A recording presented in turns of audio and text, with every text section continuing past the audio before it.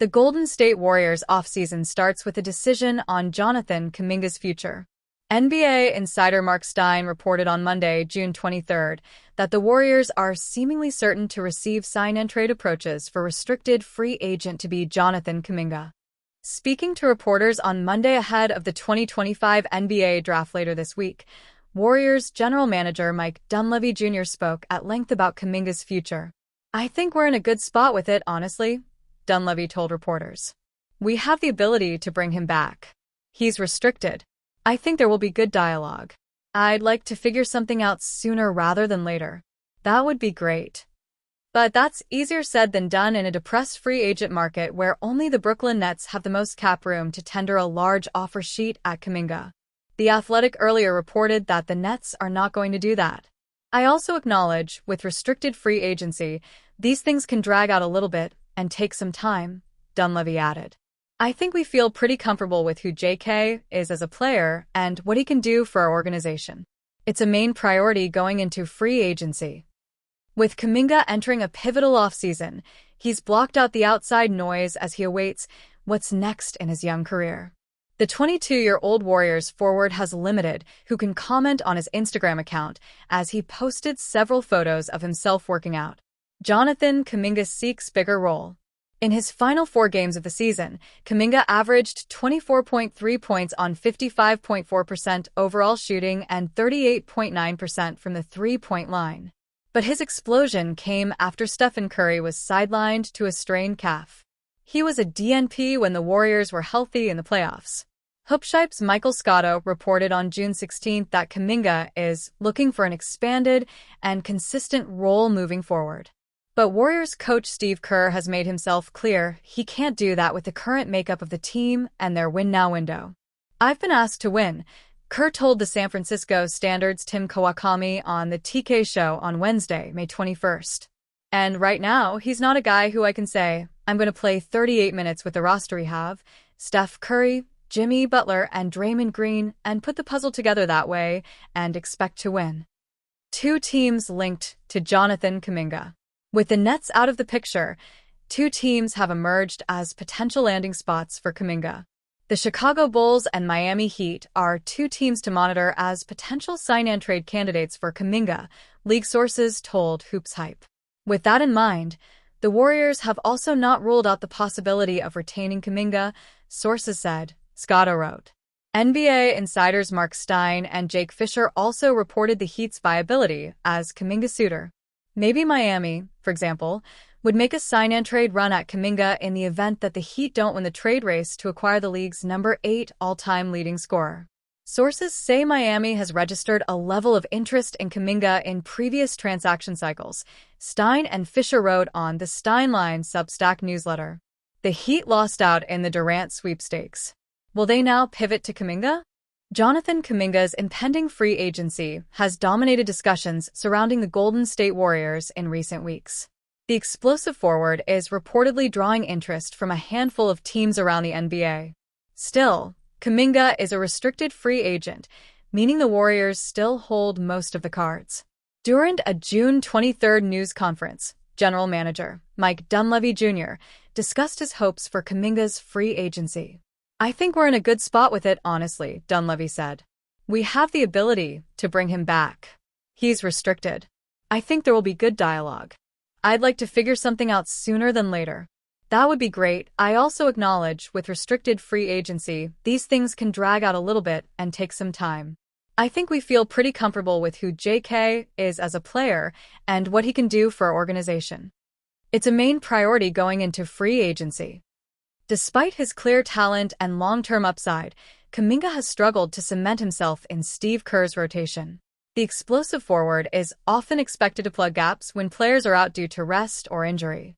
However, once the Warriors are back to full strength, Kuminga is usually the odd man out. Therefore, the Warriors would be wise to explore Kuminga's trade market. That is, of course, unless they plan on leaning into his skill set moving forward. Kerr can't commit to giving Kuminga a bigger role. In a May 21st appearance on the TK Show podcast with Tim Kawakami of The Athletic, Kerr explained the difficult situation he has in finding a consistent role for Kuminga. It's a tricky one because Jonathan obviously is gifted and wants to play a bigger role and wants to play more, Kerr said. And I've been asked to win. Right now, he's not a guy who I can say that I'm going to play 38 minutes with the roster that we have doesn't mean he's not a really good player. Doesn't mean he's not talented. It just means the fit. And with the roster that we have, it's tricky. We can talk about spacing, usage rate, and all that stuff. But the game is about puzzle fitting. It's about 5 guys complementing one another at both ends of the floor. So all I do is, I try to win. Kuminga needs consistent minutes in order to become the all-star caliber player we know he can be. If he's not going to get that in Golden State, it would be unfair to keep him around any longer. Kuminga could sign his qualifying offer. Rather than re-signing Kuminga to a new long-term contract, Bleacher Report's Dan Favale has proposed a short-term solution that would see Kuminga sign his qualifying offer. By doing so, the former lottery pick would become an unrestricted free agent next season. My confidence meter on this one isn't especially high, Favale wrote. But we haven't seen a marquee restricted free agent with a case to sign his qualifying offer for purely basketball reasons since Greg Monroe. In 2014, preserving Kuminga as an asset is the Golden State Warriors' top priority. That demands they broker a sign and trade or keep him, perhaps with the intent to flip him later. But the base year compensation rule complicates any sign and trade that doesn't send him to the Brooklyn Nets, and the Warriors must be careful not to offer him a deal that ages into a net negative.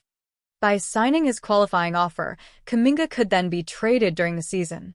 That would allow the Warriors to get a fair return on their former draft pick. And if a trade didn't materialize, Kuminga could explore unrestricted free agency next summer. While it would be a risk on the Warriors' part, Favale's idea does make sense for both sides. As the Golden State Warriors enter the 2025 NBA draft, their front office must do their utmost to maximize the value of their 41st overall pick in order to bring a player in who can make an impact on the roster. While this upcoming draft is a relatively shallow one given the multitude of players who return to college to cash in on nil deals, the Warriors could have the opportunity to draft international forward Bogoljub Markovic, a move that could have major ramifications moving forward. Markovic, 19, is a 6 feet 11 inches, 195 pounds stretch forward who, playing in the Adriatic League, has shown major promise as a future NBA player.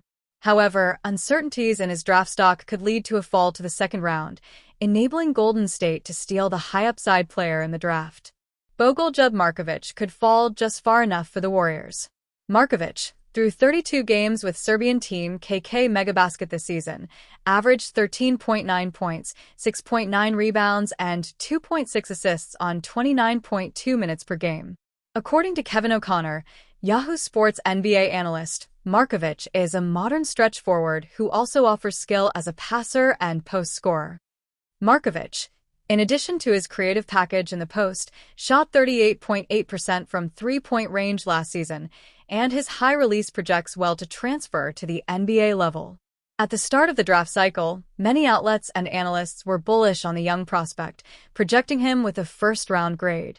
However, there are concerns with his thin frame and lack of a tight ball handling ability that have caused a slide in his draft stock, and, as the draft approaches, Markovic is now projected to be available in the early second round. Like many young, international players, whichever team that drafts Markovic will be taking a swing on his upside, and the Warriors could now have the opportunity to do so. In ESPN's recent mock draft, they have Markovic being taken at 40th overall by the Washington Wizards, placing him firmly in Golden State's draft range.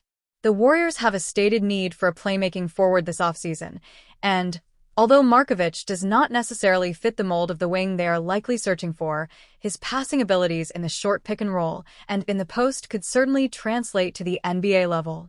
Moreover, were Golden State to move on from Jonathan Kuminga this offseason, a roster spot would become available at the 4, making Markovic perhaps the biggest steal of the draft for the franchise.